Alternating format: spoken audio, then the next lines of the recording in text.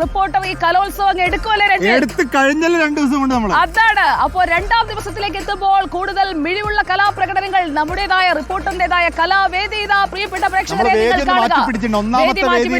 രണ്ടാമത്തെ വേദിയിലേക്ക് നമ്മൾ എത്തി.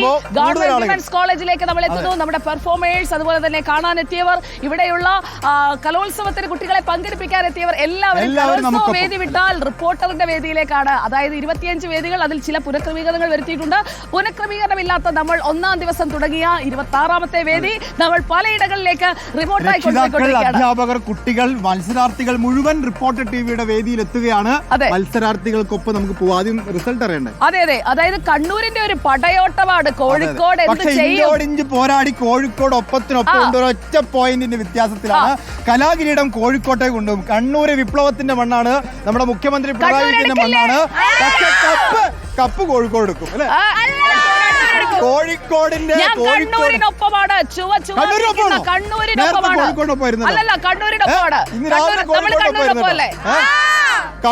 കോഴിക്കോട്ടുകാരില്ലല്ലോ, പത്തനംതിട്ടക്കാർക്ക് കപ്പെടുക്കണമെന്നുണ്ടോ?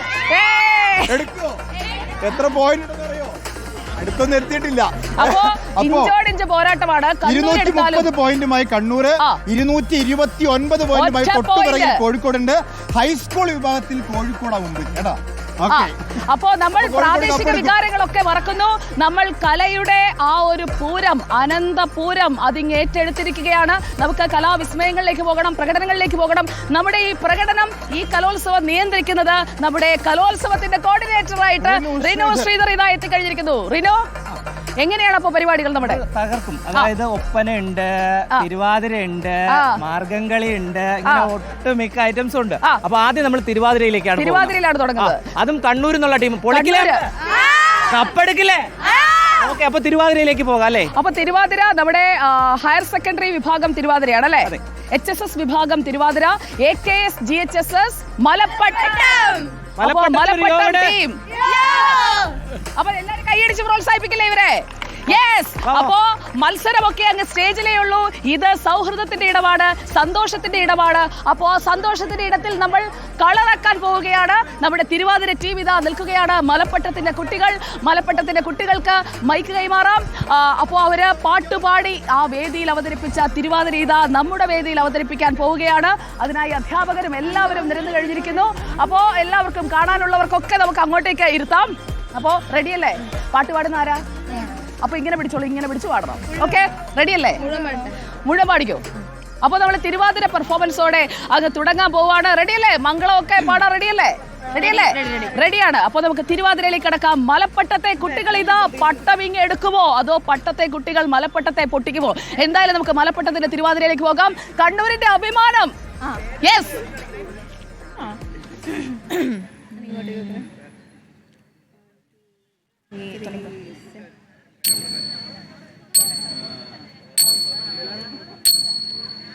കുമ്പും തുമ്പിയുമുള്ളവനെ നൽകുടവയറുള്ളൊരു സുന്ദരനെ. കൊമ്പും തുമ്പിയുമുള്ളവനെ നൽകുടവയറുള്ളൊരു സുന്ദരനെ. തുമ്പമകറ്റി അൻപൊടു നീയൻ മുൻപിൽ വിളങ്ങുക കരിമുഖനെ. തുമ്പമകറ്റി അൻപൊടു നീയൻ മുൻപിൽ വിളങ്ങുക കരിമുഖനെ. മുൻപിൽ വിളങ്ങുക കരിമുഖനെ. ലോകത്തിൻ അമ്മയായി വാണരുളും ഏകസ്വരൂപിണി മൂകാംബികേ. ശോകത്തിൽ നിന്നെന്നെ കാക്കുവാനായി മുഖമായി തന്നെ ഞാൻ കുമ്പിടുന്നേ. മുഖമായി തന്നെ ഞാൻ കുമ്പിടുന്നേ. ആരു നീ മനോഹരി ചാരുമുഖി ഈ സഖി. ആരു നീ മനോഹരീം ചാരുമുഖീ ഈ സഖീം മരവുരിയാലെ മാനിനിയായി മാലിനി തീരെ മേവുമിതാരോ മരവുരിയാലെ മാനിനിയായി മാലിനി തീരെ മേവുമിതാരോ ആരു നീ ഈ സഖീ വല്ലികളിൽ പുല്ല കുസുമങ്ങളിൽ നല്ല ചില്ലകളിൽ വൃന്ദങ്ങളിൽ വല്ലികളിൽ പുല്ല കുസുമങ്ങളിൽ നല്ല ചില്ലകളിൽ വൃന്ദങ്ങളിൽ മല്ലവിലോചനമാരോടു കൂടെ